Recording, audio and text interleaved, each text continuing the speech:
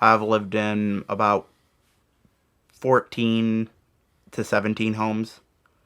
So I've moved around a lot, been to like every school district in the Dane County area. It's been hard. Within the state, there are a few children who have been waiting for a long time in foster care, that we want to find that family that will adopt them. And one of the tools we've been able to use because of donor support is creating some beautiful videos, strength-based videos about those children that brings their story to life and encourages families to learn more about them. My name is Jordan Perry, and I am 16 years old. I'm Rachel Peters. I'm Matt Peters. We're the Peters. So we have 7 children, basically. I'm usually up at, around 6:30. Well, you're usually woken up by one of the youngest children. So. When you first come into a place, it's scary. It takes like a month or two to get settled in. Our subcare worker was the one that sent out an email with a link to Jordan's adoption video. I watched the video and I cried and, and then we were just kind of like, oh, that's, he just seems like a really neat kid. And Fostering and adoption usually leads towards younger kids. And since in the past we fostered a 15-year-old, we thought, hey, we could do this. My name is Jordan and I am 13 years old.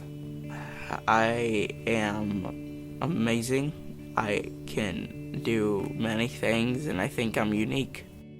I would like to be an oceanographer or a politician. I love to help out. I am very involved in the community. I would like a permanent home and have a loving family that would care for me.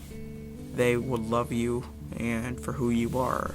He was just at a point in his life and moving into the teenage years where everything just felt frustrating and it felt like nothing was working out for him. He was angry, he was sometimes anxious, some depression, but overall, he's like, when we first met him, it was like, wow, this guy is, He presented, he was able to present himself very well. Even though he had all these, things going on in his, in his life and in his head. And from there then, he came out for a visit, and I can remember him standing on the front porch like, this is really nice. And to me, that kind of sealed the deal, to have him, join the family, like in my book. Since he had been in care for a while, he did have a lot of services set up as far as like a really good therapist and just other support pieces. We needed a lot of support. Mm-hmm. That just can be a struggle, and in the meantime, sometimes everything falls apart because you don't have extra outside support and,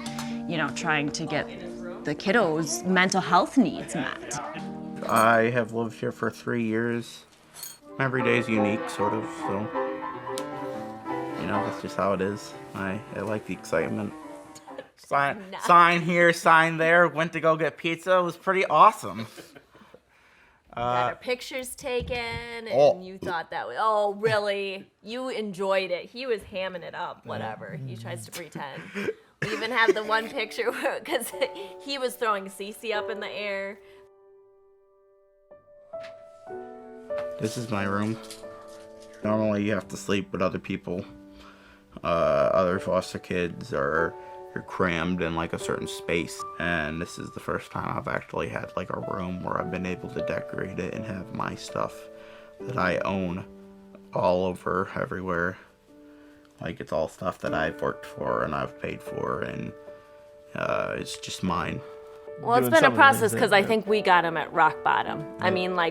Really, I think that's where he was in his life. I think he was feeling just very rejected by many people in his life that had let him down.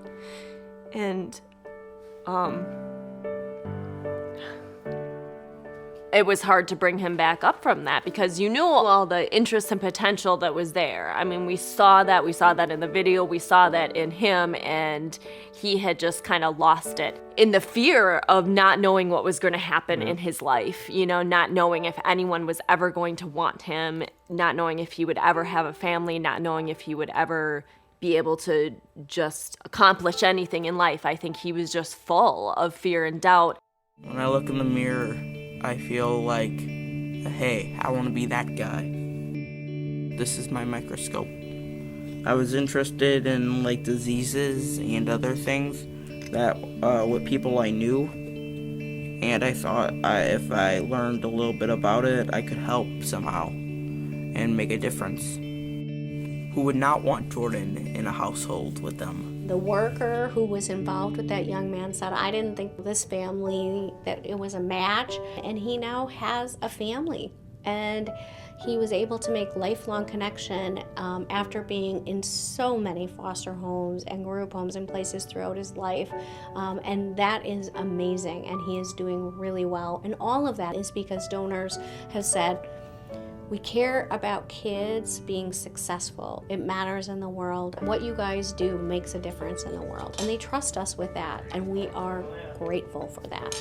I wish other people in the community would understand that foster and adoptive parents need support from people who are not fostering and adopting, because they're the ones that perhaps they have a little extra time and energy, to give, to support. I was here for like 6 months before I was adopted, and it was really a nice, good 6 months.